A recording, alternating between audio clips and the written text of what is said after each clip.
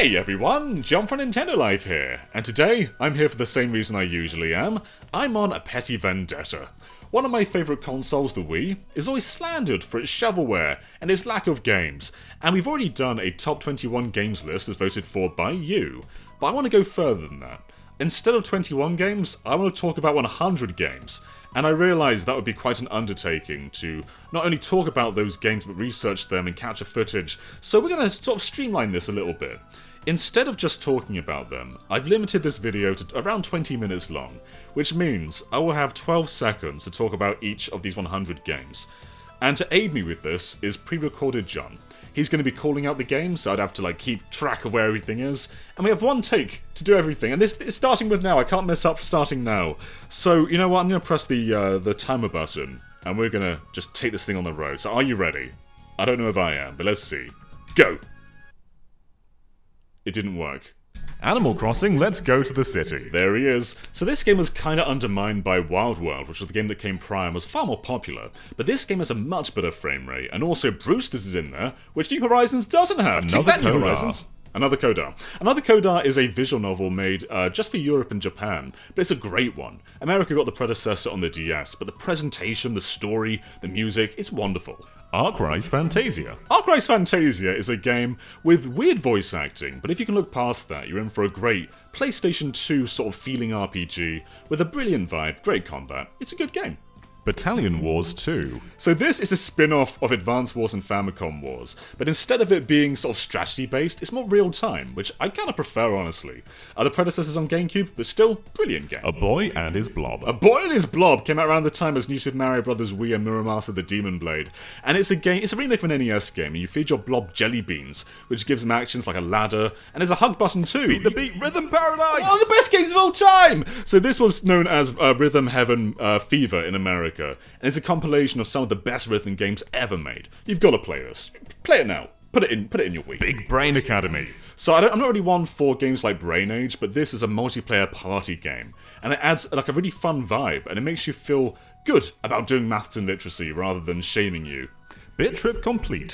So this is one of the final WiiWare games to be purchasable on a disc right now, and it's games like Bit Trip Runner, one of the most defining indie games of that era. It's compiled them all together in a brilliant Boom collection. Blocks. Boom Blocks was I think it was made by Steven Spielberg, and it may look like a shovelware game off the face of it, but it's a brilliant physics game, and it's something that really caught on in that era. Castlevania Rebirth. So this is a WiiWare game, and it's a remake of a Game Boy Castlevania, which is heralded as one of the worst Castlevanias, but they made it into something that's really, really good.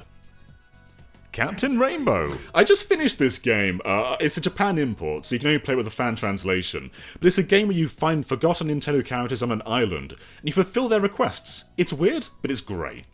Cave Story. Cave Story was one of the first indie games to start the wave, and it was really brought to the spotlight through WiiWare. I had so much fun with this. There's still a bunch of iterations of this game, and it's one of the very best of its kind. The Conduit. This was kind of like the Wii's Halo, as seen by Wii fans. And while it wasn't amazing, it's still worth playing. And it supported Wii Speak, which few games did.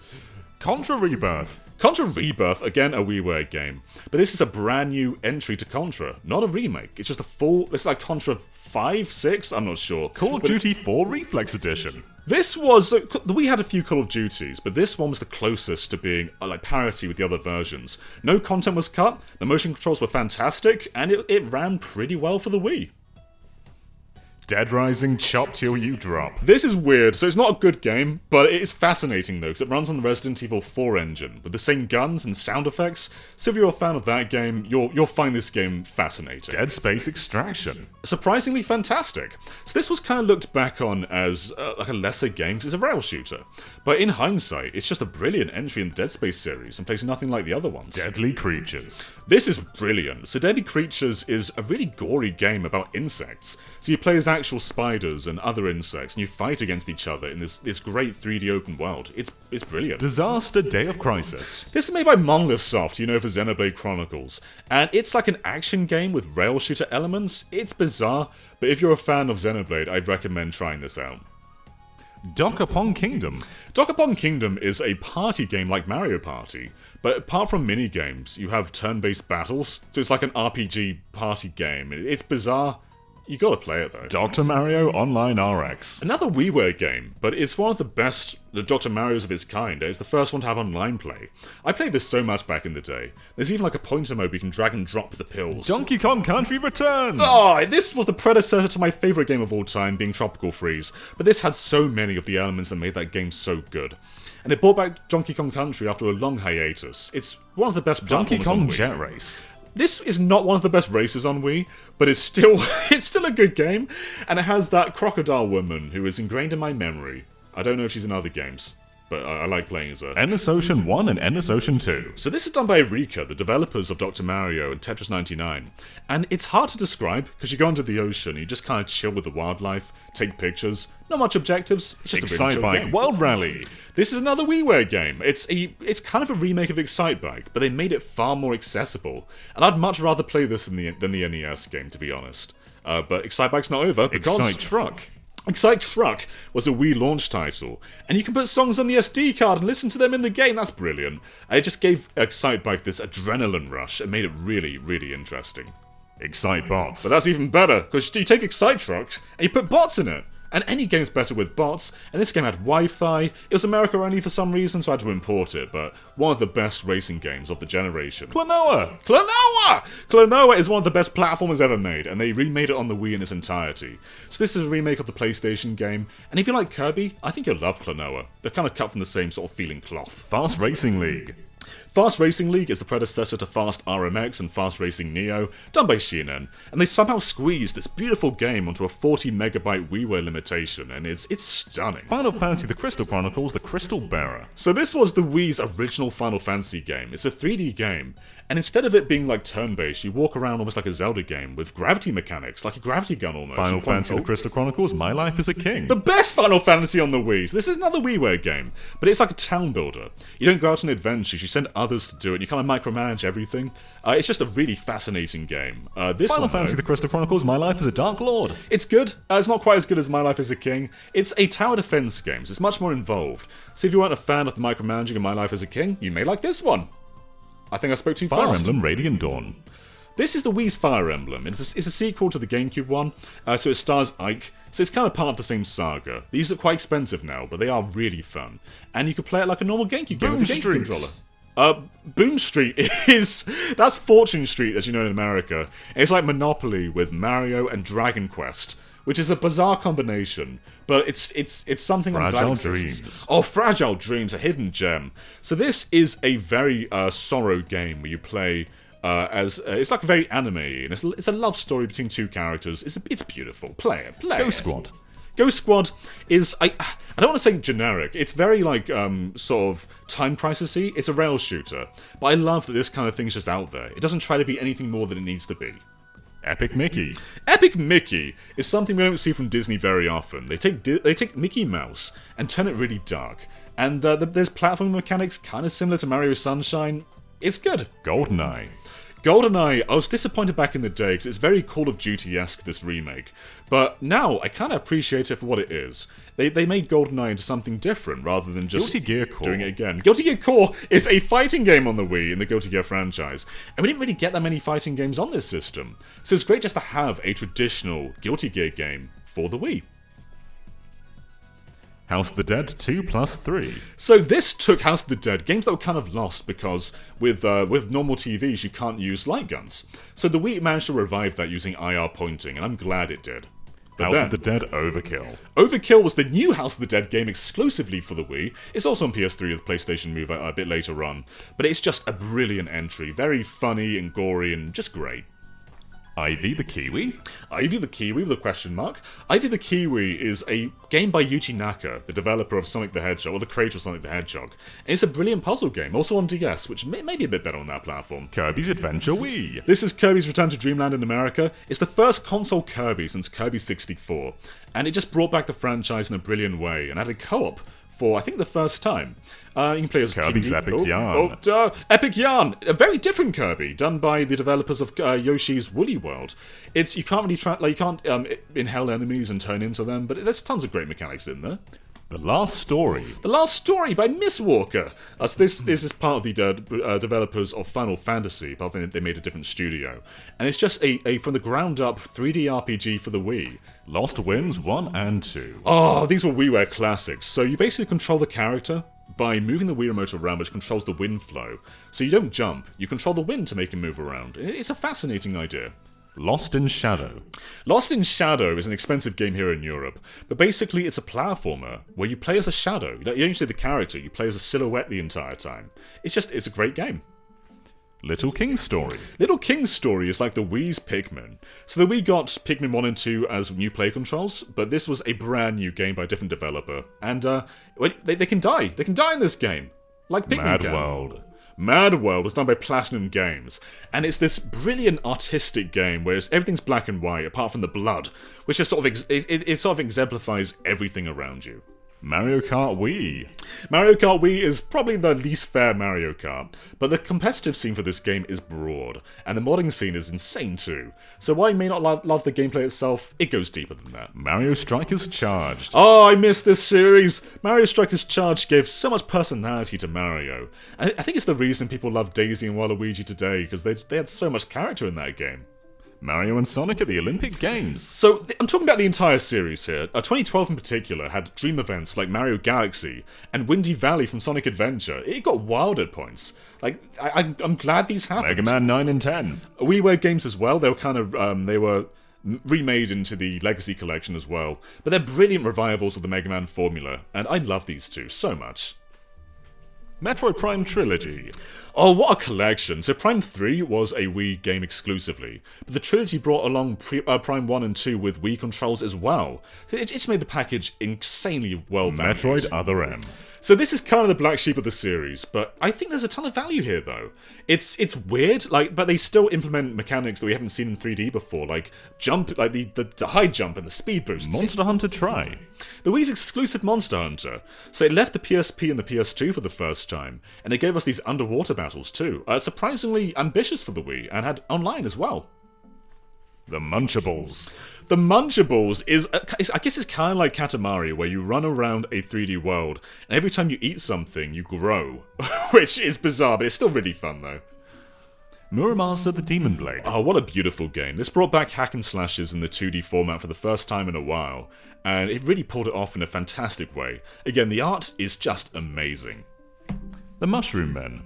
The Mushroom Men is a 3D platformer with it's very dark and desolate. Like, it looks like it should be like a kid's game from the front cover, but then you get these like demonic bunnies, and it's good though. New Super Mario Bros. Wii. Brought Mario back to 2D on console for the first time since Mario World, added multiplayer.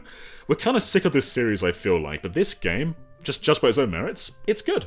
No More Heroes 1 and 2. I kind of don't want to keep these ones separately because they're kind of different, but No More Heroes was just this really ambitious 3D game by Suda. And you can do these jobs, you can sort of compete to become the best assassin. Wait, what was that? What was that one? Okami! So this was a PlayStation 2 game originally, but they added Wii Remote controls in a great way. So when you're doing your sort of symbols, you can draw them with the Wii Remote. And in my opinion, before the HD version, this was the best version of Okami. Opuna. Opuna is a brilliant RPG. So it takes place with like this family of weird little blob things, and you go around the world in this sort of almost futuristic area. It's you hard play to controls describe. Pikmin 1 and 2. So this took Pikmin and enhanced them to the extreme. Not only are they in widescreen, but the controls are the definitive way to play Pikmin.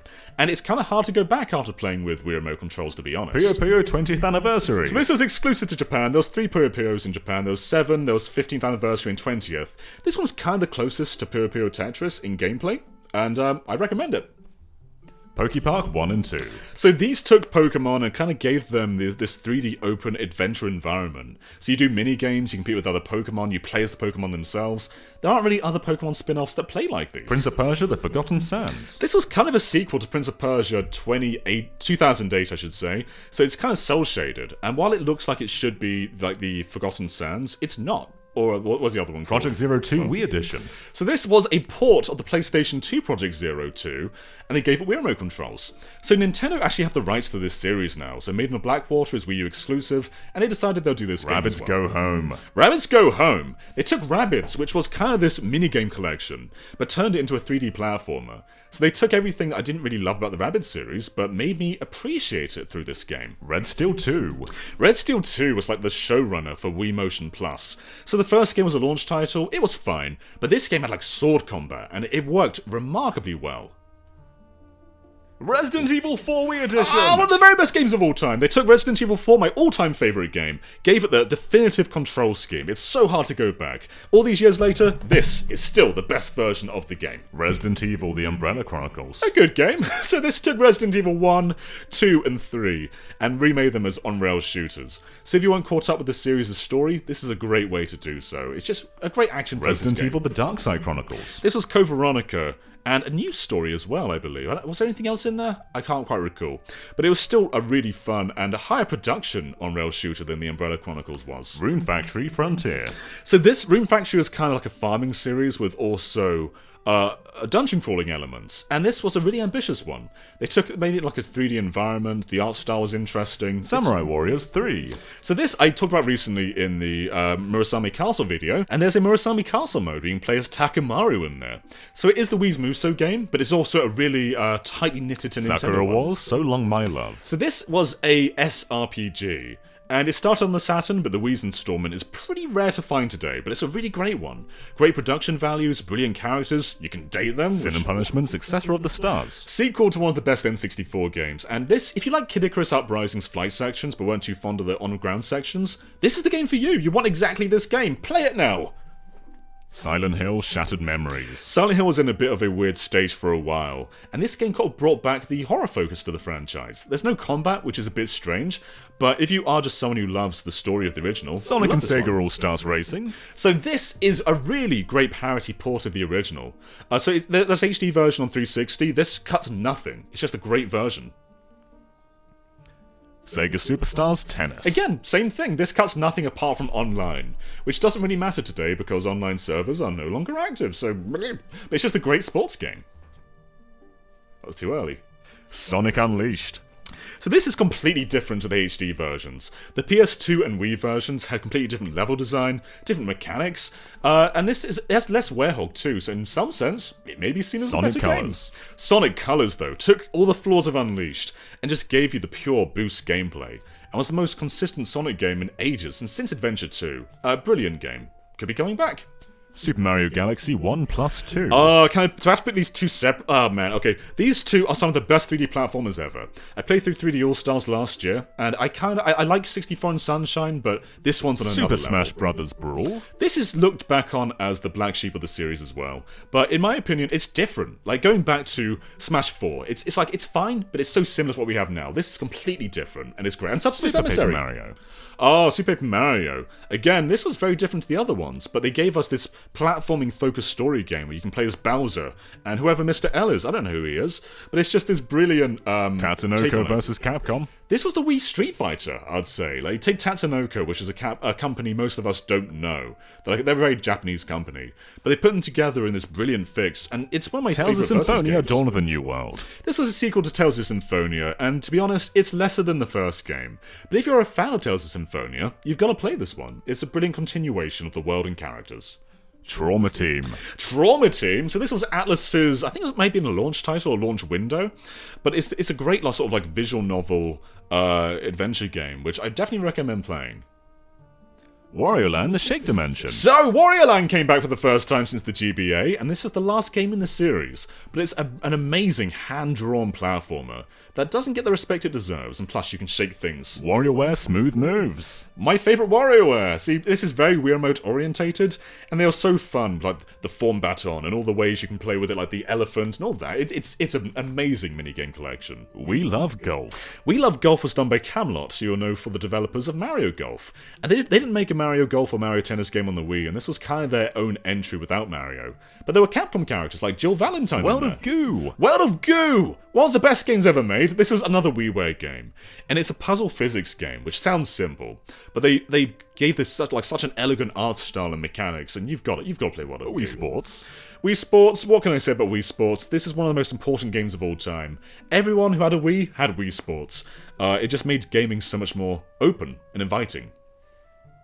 Wii Sports Resort. But then came Wii Sports Resort. Wii Sports Resort was a Motion Plus orientated Wii Sports with brand new sports. Woohoo Island was one of the most cozy islands in gaming, and I loved playing the sword fighting game with Motion Plus.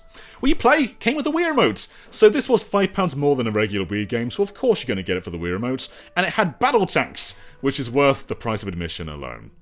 So play that. Wii Party. Wii Party. So the Wii had a few Mario parties with 8 and 9 and 10. No, 8 and 9. But they were a bit less, a bit lacking. Whereas Wii Party was basically Mario Party as you wanted it to be. Xenoblade Chronicles. Xenoblade Chronicles, one of the most influential RPGs in a while. It brought RPGs back to the massive open environments, and people love this series now. At the time, it was hard to localize. Zack and Wiki. Zack and Wiki, one of the most amazing early Wii games. It's done by Capcom, and it's an adventure game, and you go around these two titular characters, and it's so much fun. It's one of the Legend of Zelda: Twilight Princess. Twilight Princess was originally a GameCube game, but came to the Wii as a launch title with Wii remote controls for pointing and shaking. And while the waggle wasn't great, the pointing was amazing. Bow pointing and grapple hook pointing. The Legend of Zelda: Skyward Sword. This was the Motion Plus headliner. So this came with a golden Wii remote, and it's been remade for the Switch right now, and it may be linear, but who cares, because it has some of the best dungeons in the entire series. Bonus game, Link's crossbow training, baby! Okay, so the timer's off, we're done. Link's crossbow training, though, I can talk about forever, so let's settle in. Link's crossbow training came with the Wii Zapper, and I was super excited for this, because I was a big fan of Twilight Princess at the time, and it's a rail shooter, starring the world of Twilight Princess. So you go through the Gerudo Desert, you go through the Faron Woods, and all of that stuff, on rails. And there's also these walking sections that are in third person. It's a good time, one of the best spin-offs in the Zelda series, but we're done! That's 100 plus 1 Wii games in 20 minutes. Oh hi, this is Editing John, and I'm here to say that this guy right here, he's an idiot, because he forgot Punch-Out!, which is like the best Wii game. How did Punch-Out not get on the list? What an idiot. Throw tomatoes at him. I fumbled around a little bit, because talking about 100 games off the top of your head with no research isn't that easy. But hopefully that showcased that the Wii does have some good games. And you know what? Putting this list together, I actually cut quite a few games off. Like the Sonic Storybook games, Secret Rings and Black Knight, I cut off the list because I didn't think they're quite good enough. Same with Monkey Ball and Knights. So there are definitely more than 100 good games on the system, but these are my handpicked 100 favourite ones. And I'm sure some of your favourite games weren't featured, so let us know your favourites in the comments below. And I'm happy I only fumbled up once, which is fairly good in a 20-minute improv video. So let us know what you guys think in the comments below, and go to that subscribe button, and think of 100 other ones off the top of your head, and we'll see you next time. Bye everyone.